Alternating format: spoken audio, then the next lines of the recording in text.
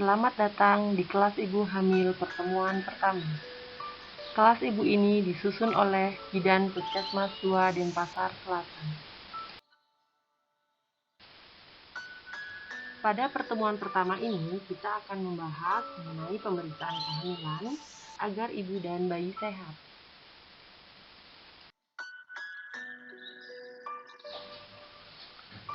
Kehamilan adalah masa di mana terdapat janin di dalam rahim seorang perempuan, dan kehamilan ini terjadi karena adanya pembuahan sel sperma dan sel telur.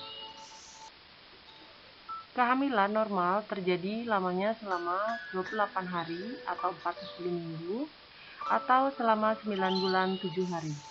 Dihitung mulai dari hari pertama haid terakhir.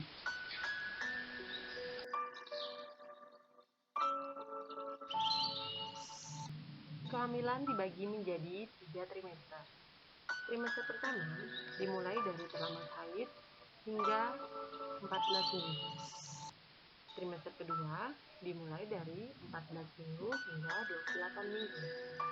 Dan trimester ketiga dimulai dari 28 minggu hingga 40 minggu.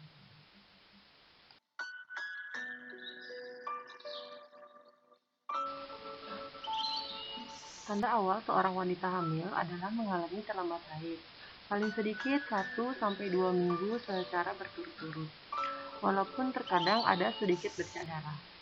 Dan untuk lebih memastikan, ibu dianjurkan untuk melakukan pemeriksaan ke bidan atau ke dokter.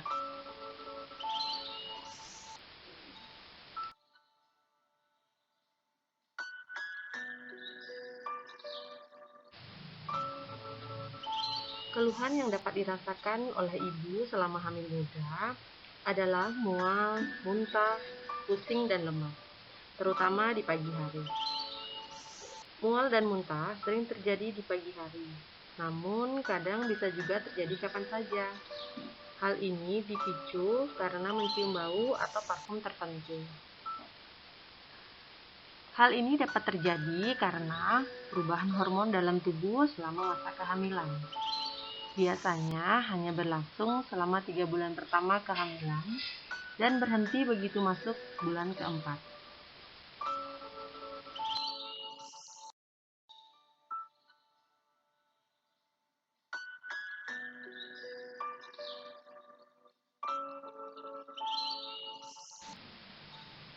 Keluhan umum pada ibu hamil berikutnya adalah keputihan. Selama kehamilan, keputihan akan bertambah dan tidak berwarna. Jika tidak ada rasa gatal dan tidak tercium bau yang kurang sedap, maka ibu tidak perlu cemas. Jagalah kebersihan alat kelamin dan gunakan selalu celana dalam yang bersih dan kering. Jika keputihan berbau dan terasa gatal, segera ibu lakukan konsultasi kepada petugas kesehatan. Nyeri pinggang. Kehamilan juga mempengaruhi keseimbangan tubuh karena cenderung berat di bagian depan. Untuk menyeimbangkan berat tubuh, maka ibu akan berusaha untuk berdiri dengan tubuh yang condong ke belakang. Oleh karena itulah, ibu akan merasakan nyeri di bagian pinggang. Nah, untuk mengatasinya, ibu dapat melakukan olahraga seperti senam hamil atau berjalan kaki sekitar 1 jam sehari. Dan ketika berdiri, usahakan tubuh ibu dalam posisi yang normal, yaitu tegak lurus dengan bahu ditarik ke belakang. Bila ibu ingin tidur, sebaiknya berbaring pada posisi miring ke kiri. Posisi seperti ini memungkinkan aliran darah dan makanan ke arah plasenta berjalan dengan normal. Akan lebih baik lagi bila ibu meletakkan bantal di antara kedua lutut. Jagalah sikap tubuh saat duduk dengan punggung selalu lurus dan tidak dibungkukkan. Hindari duduk terlalu lama ya, karena punggung akan merasa lelah. Atasi dengan cara meletakkan kepala di atas meja selama beberapa waktu. Lalu, cobalah untuk meregangkan bagian belakang leher. Ganjal belakang punggung dengan bantal yang empuk. Dengan begitu, tulang belakang selalu tersangga dengan baik. Jangan berdiri terus-menerus dalam waktu yang lama ya. Pada saat mengambil sesuatu di lantai, usahakan untuk berjongkok secara perlahan dengan punggung dalam keadaan lurus. Kemudian baru mengambil barang tersebut. Dan setelah itu berdiri dengan perlahan-lahan. Kram kaki. Kram kaki banyak dikeluhkan ibu hamil, terutama pada trimester kedua kehamilan. Kram kaki ini cenderung terjadi pada malam hari selama 1 hingga 2 menit. Walaupun singkat, tapi dapat mengganggu tidur ibu karena rasa sakit yang menekan betis atau telapak kaki. Nah, cara untuk mengatasi kram kaki antara lain adalah meningkatkan konsumsi makanan yang tinggi kalsium dan magnesium, seperti aneka sayuran berdaun, serta susu dan produk olahan. Melakukan senam hamil secara teratur agar dapat memperlancar aliran darah dalam tubuh. Senam hamil dapat dilakukan pada usia kehamilan di atas 20 minggu. Jika kram kaki menyerang pada malam hari, bangkitlah dari tempat tidur, lalu berdiri selama beberapa saat. Tetap lakukan meski terasa sakit ya ibu. Dapat juga dilakukan pijatan dengan cara meluruskan kaki. Mintalah bantuan suami untuk menarik telapak kaki ke arah tubuh ibu dengan sebelah tangan. Sementara tangan satunya menekan lutut ke bawah. Tahan selama beberapa detik sampai rasa kramnya hilang.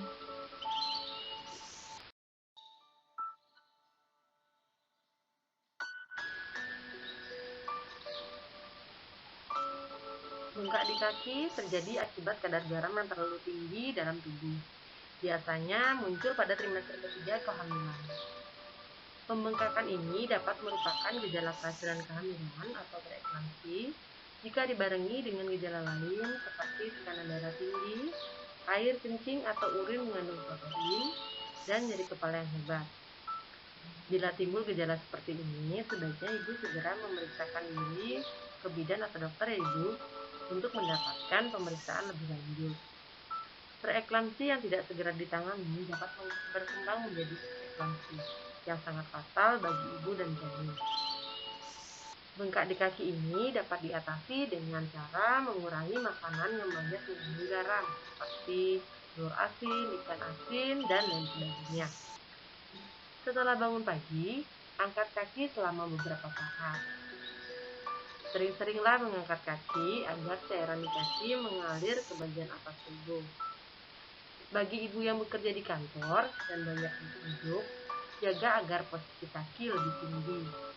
Gunakan bangku kecil atau tumpukan buku sebagai penopang kaki. Jangan menyilangkan kaki ketika duduk tegak, sebab akan menghambat aliran darah di kaki. Nah, ibu-ibu, jika upaya yang sudah dilakukan di atas tersebut tidak berhasil, maka segera periksakan diri ke bidan atau dokter untuk mendapatkan pemeriksaan dan pengobatan. Ambeien atau wasir merupakan peradangan pada pembuluh darah atau vena di daerah sekitar dubur. Hal ini terjadi karena adanya sembelit sehingga terpaksa mengejan setiap BAB. Dapat juga terjadi karena perubahan hormon dalam tubuh dan gerakan fisik yang terbatas selama hamil. Ambeien dapat diatasi dengan perbanyak konsumsi makanan berserat seperti buah-buahan dan sayuran. Minumlah cairan yang cukup banyak, paling tidak 2 liter dalam sehari. Biasakan buang air besar secara rutin pada waktu-waktu tertentu, seperti di pagi hari mungkin. Sebelum buang air besar, upayakan untuk minum air hangat. Lakukan olahraga ringan seperti jalan kaki. Gerakan ini diharapkan dapat membantu otot-otot di saluran pencernaan untuk bergerak mendorong sisa makanan ke saluran pencernaan. Hindari mengejan ketika buang air besar ya ibu. Dan usahakan total kenaikan berat badan ibu selama hamil adalah sekitar 9 hingga 12 kg.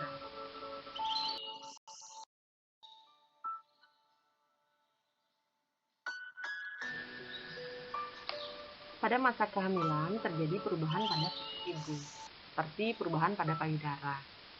Payudara dan puting jadi lebih lembut sekitar 3 minggu setelah pembuahan.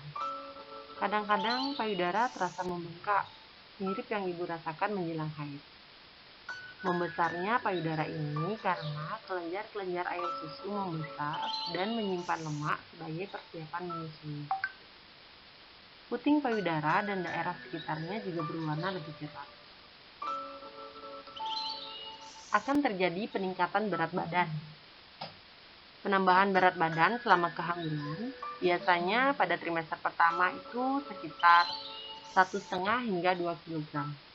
Pada trimester kedua, berat badan akan bertambah 4-6 kg. Dan pada trimester ketiga, berat bertambah sebanyak 6-8 kg. Selain itu juga ada perubahan pada kulit. Keadaan ini disebabkan oleh adanya kelebihan pigmen pada tempat tertentu, seperti di kedua pipi, di sekitar hidung, sekitar puting susu, areola, dan di tulang kemaluan sampai pusar yang biasanya akan menghilang setelah melahirkan. Pemeriksaan kehamilan sebaiknya dilakukan secepat mungkin setelah terlambat haid, agar ibu dan suami dapat mengetahui secepatnya jika ada masalah yang timbul pada kehamilan. Pemeriksaan kehamilan dilakukan paling sedikit 6 kali selama masa kehamilan. Pemeriksaan yang pertama dilakukan pada usia kehamilan 0-14 minggu. Pelayanan yang diberikan berupa pemeriksaan faktor risiko dan deteksi dini penyakit, meliputi pengukuran tinggi badan dan berat badan, pengukuran tekanan darah, pengukuran lingkar lengan atas, pemeriksaan laboratorium antara lain golongan darah, pemeriksaan khusus seperti HIV, sifilis, dan hepatitis B, serta hemoglobin darah, pemberian tablet tambah darah, dan screening status imunisasi tetanus, konseling ibu hamil termasuk KB pasca persalinan, serta tata laksana fase.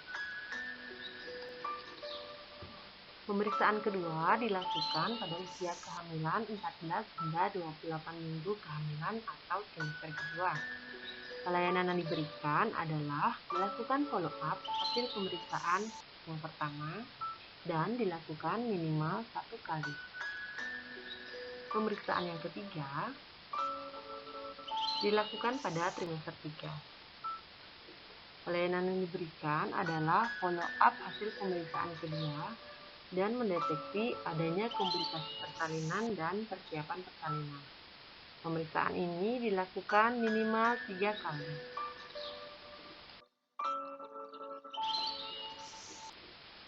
Kebutuhan gizi selama hamil lebih tinggi dibandingkan dengan kondisi prahamil. Makin bertambah usia kehamilan, makin tinggi jumlah zat gizi yang dibutuhkan. Untuk mencapai kehamilan yang sehat, dibutuhkan asupan gizi yang optimal sesuai dengan usia kehamilan. Dalam komposisi makanan ibu, harus terdapat 3 manfaat makanan, yaitu penyedia energi untuk ibu dan janin selama hamil agar ibu tidak terjadi kurang energi kronis atau KEK. 2. Untuk pertumbuhan dan perkembangan janin, termasuk pembentukan jaringan saraf pusat dan otak janin. Yang ketiga, untuk mempersiapkan pembentukan air susu ibu. Selain tablet tambah darah, untuk memenuhi kebutuhan zat besi ibu, sebaiknya ibu banyak mengkonsumsi sayuran, tempe, tahu, kacang hijau, kacang merah, telur, ikan, dan daging. Dan untuk mencegah kekurangan kalsium, sebaiknya banyak mengkonsumsi sayur bayam, daun katuk, singkong, susu, ikan teri, dan kacang-kacangan. Ibu juga harus melakukan istirahat yang cukup. Tidur malam sedikitnya 6-7 jam. Siang hari, usahakan tidur atau berbaring sedikitnya 1-2 jam.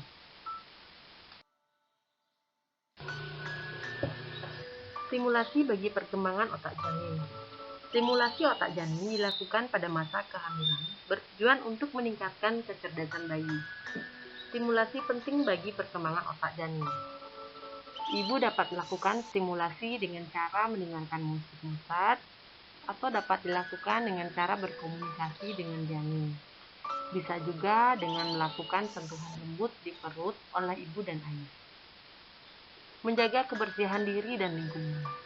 Ibu hamil harus menjaga kebersihan diri dan lingkungannya seperti mandi 2 kali sehari, keramas 2 kali, gosok gigi 2 kali sehari, dan lakukan cuci tangan dengan sabun dan air bersih dan air mengalir sebelum makan, sebelum melakukan perawatan payudara, sesudah BAB dan BAK, setiap memegang uang dan sarana umum. Jaga kebersihan payudara dan jaga kebersihan daerah kemaluan. Pemeriksaan kehamilan dilakukan secara teratur. Jika ada keluhan, kelainan, atau sakit, segera mencari pertolongan bidan atau dokter. Hal-hal yang perlu dihindari oleh ibu hamil adalah bekerja berat, merokok, dan juga minum minuman yang beralkohol atau minuman miras. Hindari tidur terlentang pada saat hamil tua, karena rahim akan mendesak diafragma ke atas sehingga menimbulkan sesak napas pada ibu, serta akan mengganggu aliran darah dari ibu ke janin. Hindari mengkonsumsi obat tanpa resep dokter, karena obat-obatan tertentu terdapat kandungan yang dapat membahayakan pertumbuhan janin.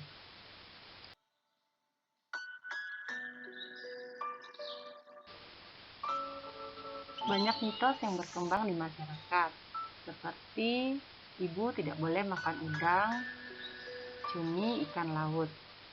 Justru, makanan tersebut merupakan sumber protein dan kaya akan mineral seperti kalsium, yodium, dan sebagainya yang sangat diperlukan untuk pertumbuhan tulang dan otot janin. Dan ibu juga dilarang untuk makan terlalu banyak. Justru, ibu hamil perlu makan 1 piring lebih banyak daripada biasanya untuk pertumbuhan dan kesehatan janin.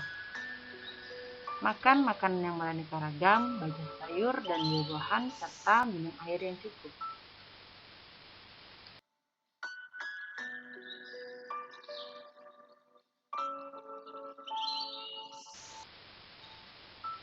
Persiapan menghadapi persalinan yang aman. Ibu-ibu, untuk menghadapi persalinan, maka ibu-ibu perlu mempersiapkan program perencanaan persalinan dan pencegahan komplikasi yang disingkat P4K dengan stiker. Yang pertama, setiap ibu hamil dan keluarganya harus mengetahui tanggal perkiraan persalinan. Dan ibu hamil dan keluarga memutuskan akan melahirkan dengan siapa, oleh bidan atau dokter, dan di fasilitas kesehatan mana. Persalinan yang ditolong oleh bidan atau dokter di fasilitas kesehatan dapat mengurangi risiko terjadinya komplikasi yang dapat membahayakan ibu maupun bayinya.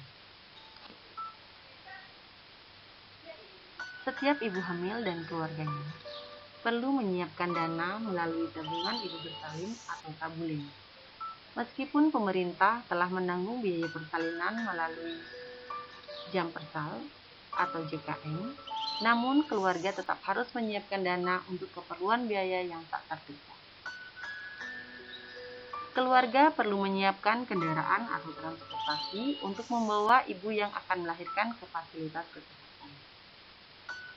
Meskipun keluarga tidak mempunyai kendaraan atau transportasi, namun masyarakat bisa berpartisipasi atau bergotong royong untuk menyediakan kendaraan atau alat transportasi, seperti ambulan desa milik warga.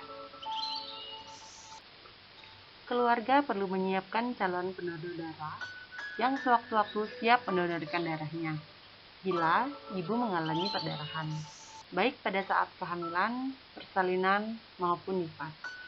Karena rumah sakit tidak selalu memiliki bank darah, sehingga kesiapan adanya pendonor darah membantu mempercepat penanganan komplikasi perdarahan pada ibu.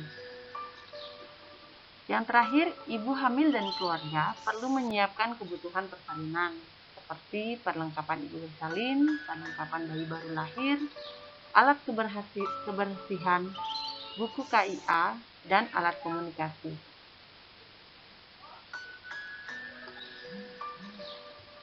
Ibu-ibu, pandemi COVID-19 masih berjalan. Selalu patuhi protokol kesehatan dengan cara selalu menggunakan masker, cuci tangan dengan air mengalir sesering mungkin, hindari kerumunan. Jika ada gejala COVID-19, segera lakukan konsultasi dengan petugas kesehatan.